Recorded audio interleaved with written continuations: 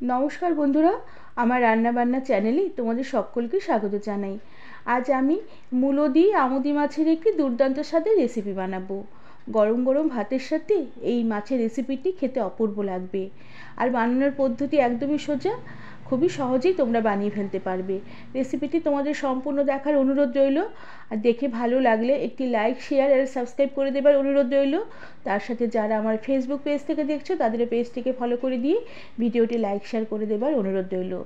প্রথমে আমি এখানে মিডিয়াম সাইজের আমুদি মাছ নিয়েছি। মাছগুলোকে বেশ ভালো করে কেটে বেছে ধুয়ে নিয়েছি। ধুয়ে নেবার পর মাছগুলোকে অল্প করে একটু নুন আর হলুদ গুঁড়ো মাখিয়ে কিছুক্ষণ রেখে দিয়েছিলাম। এতে মাছগুলো যখন রান্না করব মাছের স্বাদ বেশ ভালো হবে। আর মাছে দেওয়ার জন্য মূলো কেটে নিয়েছি, কচি নরম একদম মূলো গোল গোল চাকা চাকা করে কেটে নিয়েছি। আর মূলো কেটে বেশ ভালো করে জল দিয়ে ধুয়ে নিয়েছি। এরপরে আমি মাছগুলোকে ভেজে নেব। এর জন্য কড়া বেশ ধোয়া গরম করে নেবার পরে কড়াতে পরিমাণ মতন তেল দিয়েছি। তেলও বেশ ভালো করে ধোয়া গরম করে নিয়ে আমি নুন হলুদ মাখানো আমুদি মাছগুলোকে তেলে ছেড়ে দিলাম।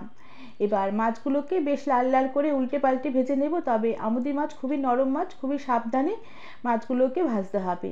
মাছগুলোকে বেশ লাল লাল করে ভেজে নিয়ে সমস্ত মাছগুলোকে আমি কড়া থেকে উঠিয়ে রেখে দিলাম। প্রথম ক্ষেপের মাছগুলোকে ভেজে নেওয়ার পরে দ্বিতীয় ক্ষেপের যে মাছগুলো বেঁচে ছিল সেই মাছগুলোকে আমি কড়াতে দিয়ে দিলাম।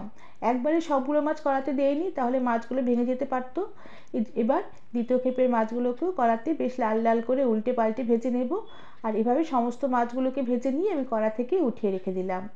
এরপরে এই কড়ার তেল এতটা লাগবে না রান্নাতে, তাই মাছ ভাজার পরে অল্প করে একটু তেল কমিয়ে রেখে দিলাম কড়া থেকে। এরপর এই কড়াতে তেলেই আমি অল্প করে একটু কালো জিরে ফোড়ন দিলাম।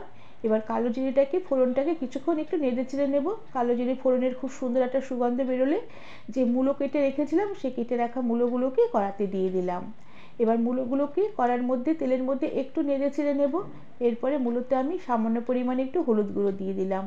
নুন আমি এখন দেবো না, কেননা মূলো সহজে নুন টেনে নেয়, তাহলে রান্নার পরে ঝোলে যে নুন দেবো তাতে মূলো নুন কটা হয়ে যেতে পারে। তাই নুন ছাড়াই মূলোগুলোকে বেশ লাল লাল করে উল্টে পাল্টে ভেজে নেব। এর জন্য গ্যাসের আঁচ কমিয়ে দিয়ে ঢাকা দিয়ে রেখে কিছুক্ষণ মূলোগুলোকে আমি ভাজা হতে দিলাম। আর এই ফাঁকে আমি মাছের যে মশলাটা বেটে নেব। এর জন্য শিলপাটাতে আমি কয়েকটা রসুনের কোয়া খোসা ছাড়িয়ে দিয়েছি। আর তার সাথে আমি অল্প করে একটু কালো জিরে দিয়েছি। আর তার সাথে অল্প করে একটু রাঁধুনি দিয়েছি। কালো জিরে রাঁধুনির পরিমাণটা খুবই সামান্য দিতে হবে। আর সাথে ঝালের জন্য কয়েকটা কাঁচা লঙ্কা দিয়েছি। ঝালটা তোমরা তোমাদের নিজেদের রুচি অনুযায়ী দেবে, ঝাল যতটা খাবে সেই মতো লঙ্কা দেবে। আর তার সাথে সামান্য একটু ধনের গুঁড়ো দিয়ে সমস্ত মশলাগুলোকে অল্প অল্প জল দিয়ে শিলপাটাতে বেশ মসৃণ করে আমি বেটে নিয়েছি।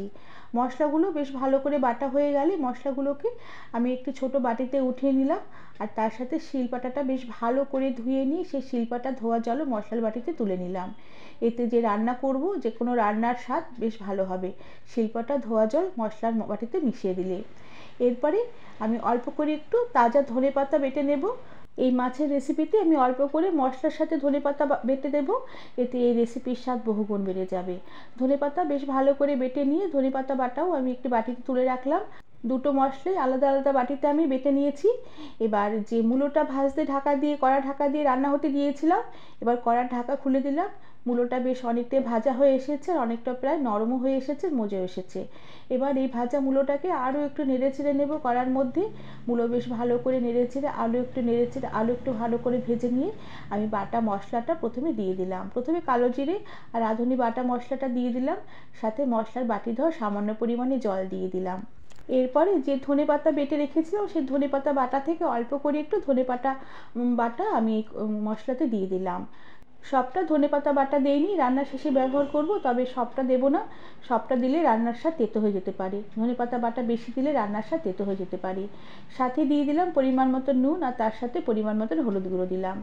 এবার সমস্ত মশলাগুলোকে বেশ ভালো করে নেড়েচেড়ে কষিয়ে নেব। তবে তোমরা চাইলে এখানে লাল লঙ্কার গুঁড়ো দিতে পারো, তবে আমি এখানে লাল লঙ্কার গুঁড়ো দেবো না।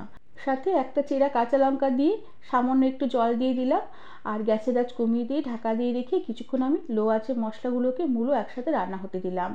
এতে এইভাবে রান্না করলে মশলাও যেমন ভালোভাবে কষানো হবে, মূলোটাও তাড়াতাড়ি সেদ্ধ হয়ে আসবে। কিছুক্ষণ এভাবে ঢাকা দিয়ে রেখে রান্না করে নেবার পরে দেখো ঢাকনা খুলে দিয়েছি। এবার বেশ ভালো করে সমস্ত মশলা মূলো একসাথে কষিয়ে নেব। যেহেতু আমি এখানে একটু রসুন বেটে দিয়েছি যাতে রসুনের কাঁচা গন্ধটা না থাকে, এর জন্য বেশ ভালো করে মশলা বেশ নেড়েচেড়ে কষিয়ে নিতে হবে। মশলা কষানো হয়ে এলে এবার আমি ঝোলের জন্য পরিমাণ মতন গরম জল দিয়ে দিলাম। এখানে আমি গরম জলই ব্যবহার করেছি, এতে ঝোলের পাঁচা ভাবটা থাকবে না, ঝোলটা বেশ ভালো লাগবে খেতে। এরপরে বেশ ভালোভাবে নেড়েচেড়ে মিশিয়ে নিয়ে আমি গ্যাসের আঁচ কমিয়ে দিয়ে ঢাকা দিয়ে রেখে কিছুক্ষণ রান্না হতে দেবো।